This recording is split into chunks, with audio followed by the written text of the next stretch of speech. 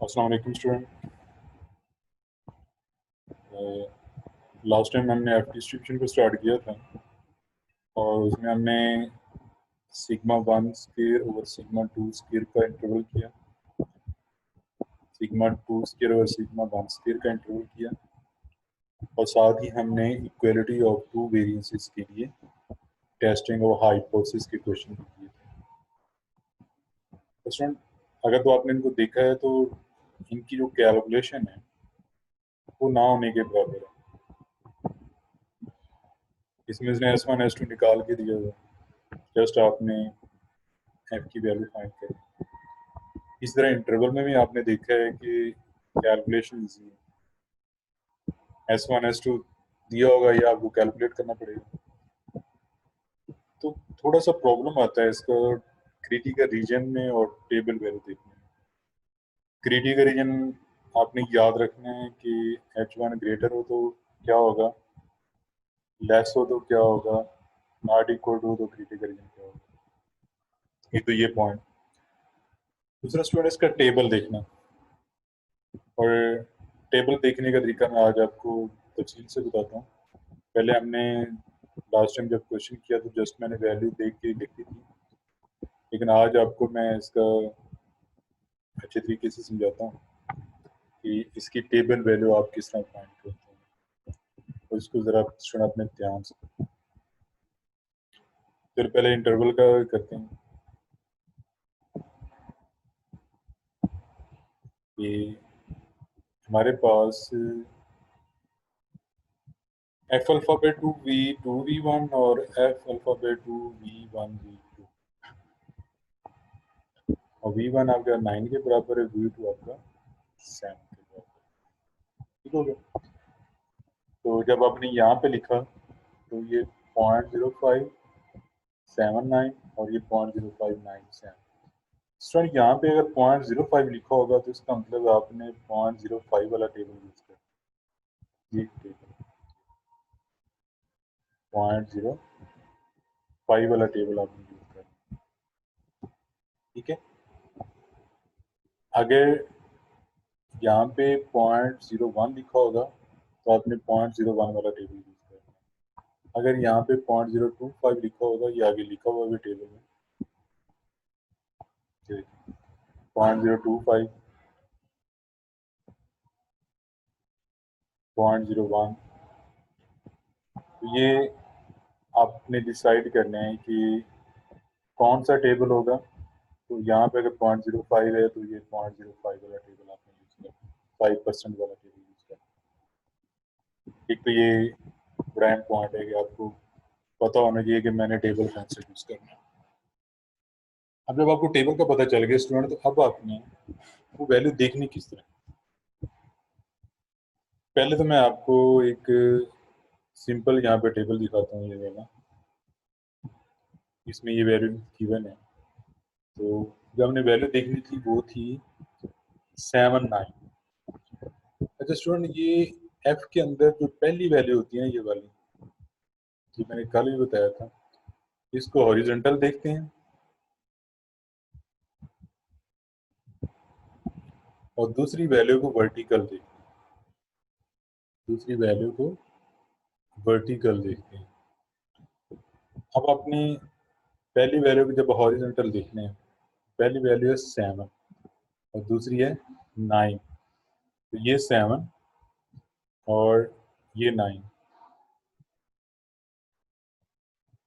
ये 3.29 वैल्यू आ रही है। 3.29 7 के नीचे और 9 के सामने 3.29। अब ये देखो ना, ये V2 1 है, ये V1 V2। अब यहाँ पे अब आए, इसको आप लिखने के बाद अब यहाँ पे आ गए, तो अब इसमें जो पहली वैल्यू है उसको आपने हॉरिजॉन्टल देखना है और दूसरी वैल्यू को आपने वर्टिकल देखना है। ये वाला पॉइंट ध्यान में रखना, फिर आपको टेबल में प्रॉब्लम नहीं होगा। पहले को हॉरिजॉन्टल, दूसरे को वर्टिकल। देखिए पहले क्या है इसका, अब 9 7 है, ये 9 और ये सेम 3.68 3.68 3.68 ठीक हो गया। अब आपने इससे कंफ्यूज नहीं होना कि ये V2 V1 है, ये V1 V2 है। जब आप यहाँ पे रख लें तो आपने जो पॉइंट्स इनमें रखना है वो ये कि पहली वैल्यू को हॉरिजॉन्टल और दूसरी वैल्यू को वर्टिकल। ठीक हो गया। ये टेबल देखने के लिए। अच्छा स्टूडेंट, हमारे पास ये जो टेस्टिंग वाला क्वेश्चन था इसमें V1 की वैल्यू 11 आ रही है और V2 की वैल्यू 9 आ रही है, 11 और 9। 11 को हॉरिजॉन्टल और 9 को वर्टिकल। इधर 11 है ही नहीं क्योंकि टेबल छोटा है, तो हम इधर आ जाते हैं। अब यहाँ पे बड़ा ध्यान से सुनना आपने। 11 को हमने देखना है हॉरिजॉन्टल और 9 को हमने देखना है वर्टिकल। तो इधर 11 तो है नहीं, 9 इधर है। तो स्टूडेंट 11 8 और 12 के दरमियान आ रहा है ना, 8 और 12 के दरमियान, उसको मैंने अंडरलाइन किया। ठीक हो गया। और 9 के सामने दो वैल्यू आ रही हैं, एक आ रही है 3.23 और एक आ रही है 3.07। 3.23 और 3.07, ये 9 के सामने। अब 11 8 और 12 के दरमियान में, 8 और 12 के दरमियान में स्टूडेंट इस सूरत में आपने वैल्यू किस तरह मालूम करनी है 11 की, ये तरह ध्यान से देखना। तो 8 और 12 है ना, इसके दरमियान में आपके पास 11 अगर 12 को पहले लिखें यहाँ पे और इसकी टेबल वैल्यू लिखें 3.07, फिर 8 को लिखें और उसकी टेबल वैल्यू लिख लें 3. ठीक हो गया। अब इन दोनों का डिफरेंस नहीं, इसका डिफरेंस 4 आ रहा है और इसका डिफरेंस -0.16 आ रहा है। तो जब आप माइनस करेंगे तो ये 3.07 में से 3.23 माइनस करते हैं तो ये -0.16 आ रहा है। 4 की वैल्यू क्या आ रही है, -0.16। ये 4 डिग्री ऑफ फ्रीडम के लिए ये वैल्यू निकली, तो 1 के लिए क्या करेंगे, इसको 4 पे डिवाइड कर, इधर 4 पे डिवाइड करेंगे तो ये आ जाएगा -0.04। 4 डिग्री ऑफ फ्रीडम के लिए तो हो गया -0.16 और 1 डिग्री ऑफ फ्रीडम के लिए क्या हो गया -0.04। तो आपने किस तरह निकाला, -0.16 को 4 पे डिवाइड किया तो आपके पास 1 डिग्री ऑफ फ्रीडम की वैल्यू आ गई।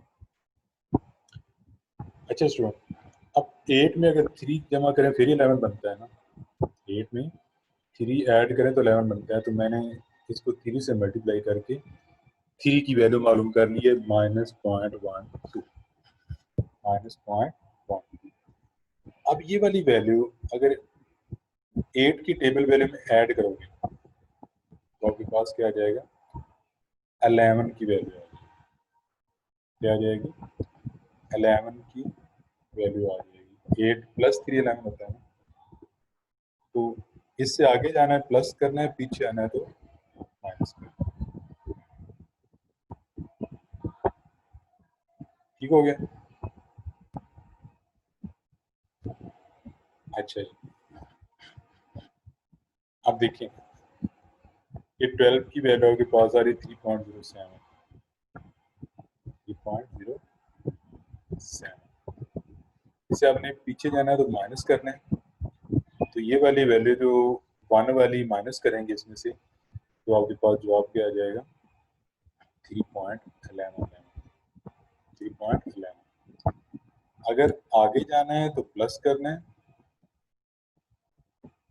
पीछे आना है तो माइनस करना है। अब दोनों 3.23 है ना, ये आपके पास 8 की वैल्यू आ रही है। कि आपके पास क्या आ रही 8 की वैल्यू आ रही। इसमें ये आप ऐड करें 3 की वैल्यू -0.12 ऐड करें, ये स्टूडेंट -1.2 है और उसको ऐड करने हैं, तो ये भी आपके पास इनडायरेक्ट वो माइनस ही हो जाएगा ना, तो आपके पास वैल्यू क्या आ जाएगी 3.11 आ जाएगी। उम्मीद है कि आप इसको फॉलो कर रहे होंगे और इधर इस तरह देख लें 12 की वैल्यू निकली है, लिखी आपने 3.07, 8 की आपने लिखी 3.23, फिर दोनों का डिफरेंस लिया तो ये -0.16 आ गया। 1 डिग्री ऑफ फ्रीडम के लिए आपने निकाला तो ये निकला -0.04, और 3 के लिए निकाला तो ये -0.12। तो हमें 8 की चाहिए ना, तो 8 के लिए हम क्या करेंगे स्टूडेंट कि हमारे पास 11 के लिए 8 की वैल्यू 3.23, इधर मैं अलग इधर अलग लिख देता हूँ समझाने के लिए। 3.23 ये 8 की वैल्यू, इसमें हमने इसको ऐड करना है ना, तो ये ध्यान रखना साथ माइनस आ रहा है तो ये असल में माइनस हो जाता है, तो ये क्या बन जाता है 3.11, 3.11, ये सब आपके पास टेबल में आ गया। अच्छा आप कहते हैं कि मैं तो इधर से पीछे जाना चाहता हूँ, 8+3 के बजाय हम 12 में से एक माइनस करेंगे तो 11 आ जाता है, तो ये जो 1 वाली वैल्यू है ये 12 वाली टेबल वैल्यू से माइनस करोगे तो वो साथ माइनस की अलामत आ रही है, तो वो माइनस करने से क्या हो जाएगी प्लस हो जाएगी, फिर भी आपके पास वैल्यू क्या निकलेगी 3.11। दोनों तरीकों से आप निकाल सकते हैं, ठीक हो गया। अच्छा स्टूडेंट्स को मजीद देख लेते हैं। अब ये वैल्यू मैंने लिखी है 9 और 11, तो अब 11 इधर तो है ये आपके सामने, 9 नहीं है यहाँ पे, 9 नहीं है, 9 इनके दरमियान में आ रहा है, तो अब आपने उसी तरह यहाँ पे चलो मैं अलग ही देख देता हूँ आपको यहाँ पे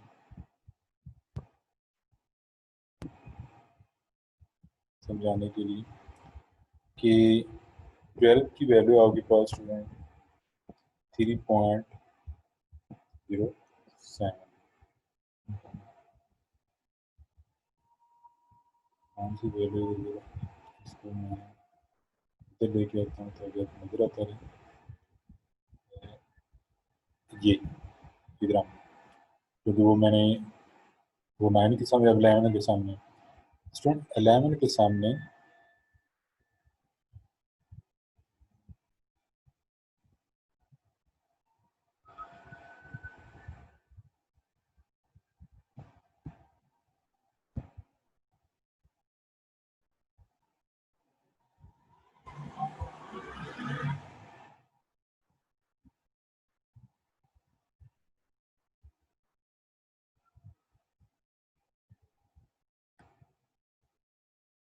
चलो यहाँ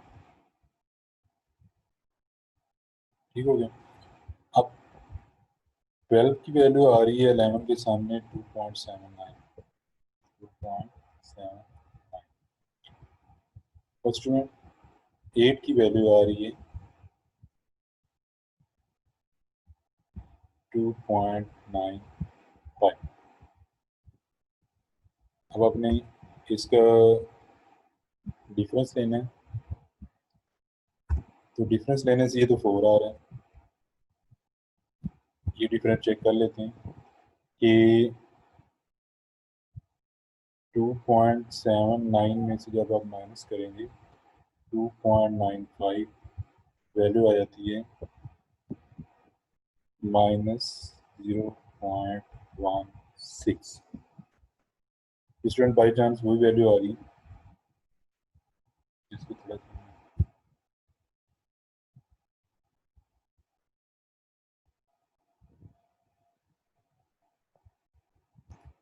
ये बाई चांस वो पहले भी वही वैल्यू आई थी ना, तो अब इसी तरह आप 1 के लिए वैल्यू निकालेंगे स्टूडेंट, तो वो डिवाइड करेंगे 4 से, तो आपके पास क्या आ जाएगी, -0.04। ठीक हो गया। अब हमें चाहिए 9 की वैल्यू, 9 की चाहिए ना।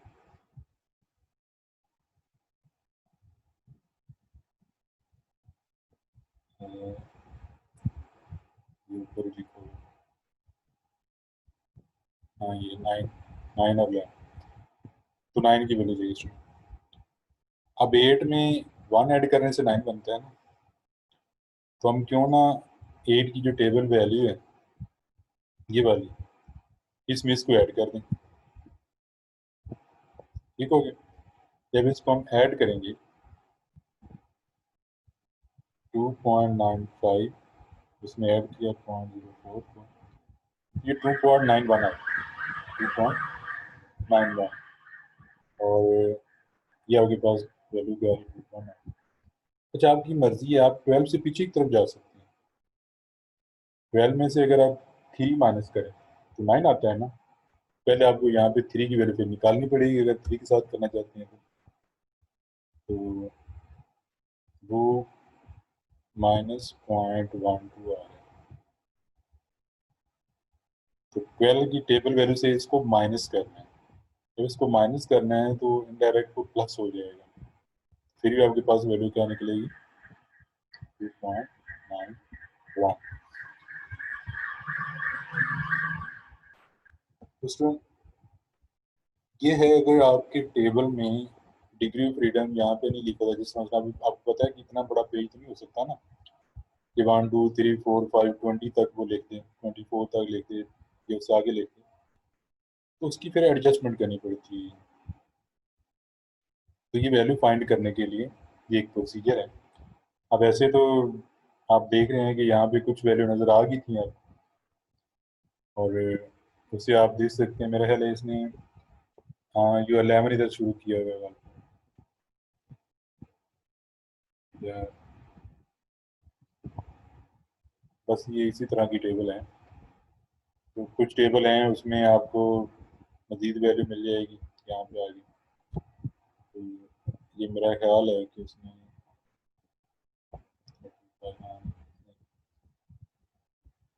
एक और स्टूडेंट ऑनलाइन मालूम करने का तरीका है। तो ये ऑनलाइन भी मालूम करेंगे तो आपके पास 2.90 आ रही है, तो वो 2.9 में तकरीबन सेम ही है, क्यों उसमें हम अप्रोक्सीमेशन यूज़ करते हैं। वो वैल्यू 2.91 निकल रही है, यहाँ पे 2.90 निकल रही है।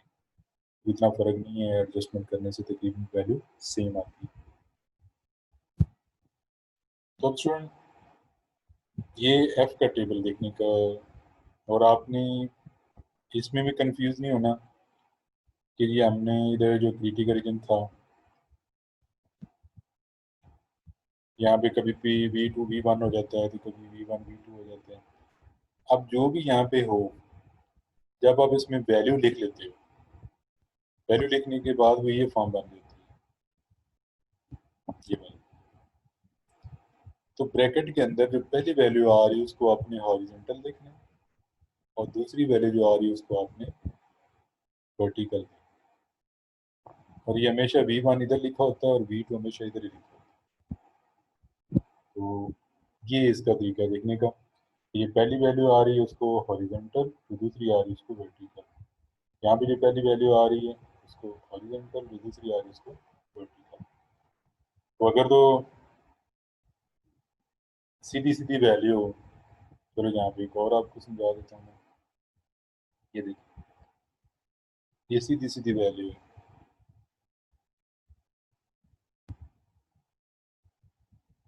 6 व 5। आप फौरन ये करेंगे, ये पहली वैल्यू 6 है और इधर 5 है, तो ये 4.95 वैल्यू। पहली को आपने हॉरिजॉन्टल देखा, दूसरी को आपने वर्टिकल देखा, तो ये वैल्यू 4.9। तो ये तो बड़ा इजी है।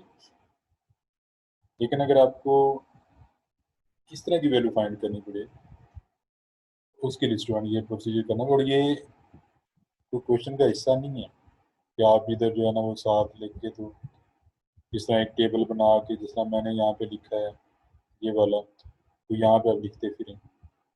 ये क्वेश्चन का हिस्सा नहीं है। आपको टेबल वैल्यू चाहिए, अगर आपको टेबल वैल्यू डायरेक्ट ये मिल जाती तो डायरेक्ट ये लिख लें 3.10, बस। कोई ज़रूरत नहीं आपको ये करने की। ये कब करना पड़ता है?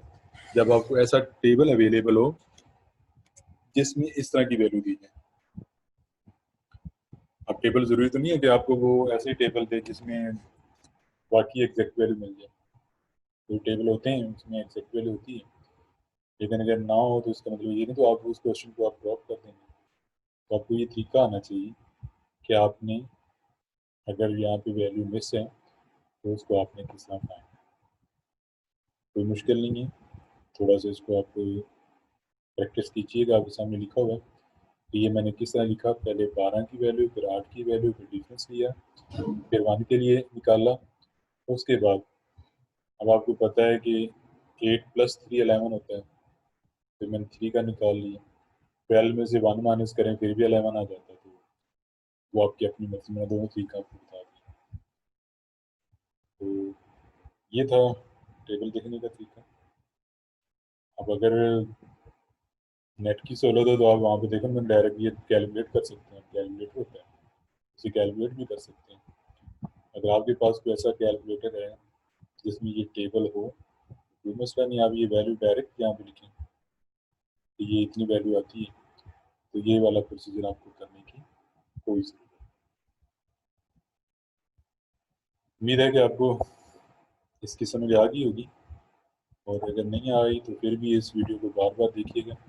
और इस जो आपके पास एफ डिस्ट्रीब्यूशन का है, जो हम टॉपिक कर रहे हैं, इसमें हमने सिर्फ यही करना है कि दो वेरिएंसेस का इंटरवल मालूम करना है या दो वेरिएंस का टेस्टिंग को हाइपोथेसिस करना है, और इस तरह के कुछ और सवाल होंगे। तो ये स्टूडेंट टॉपिक इतने ही है। अब इसमें मैंने अब इंटरवल का भी एक सवाल आपको करा दिया, टेस्टिंग का भी करा दिया है। उसके बाद थोड़ा सा मैं इसकी एक्सरसाइज को डिस्कस करूँगा, बस ज़्यादा इसका एक और लेक्चर। फिर ओके, थैंक यू, अल्लाह हाफिज़।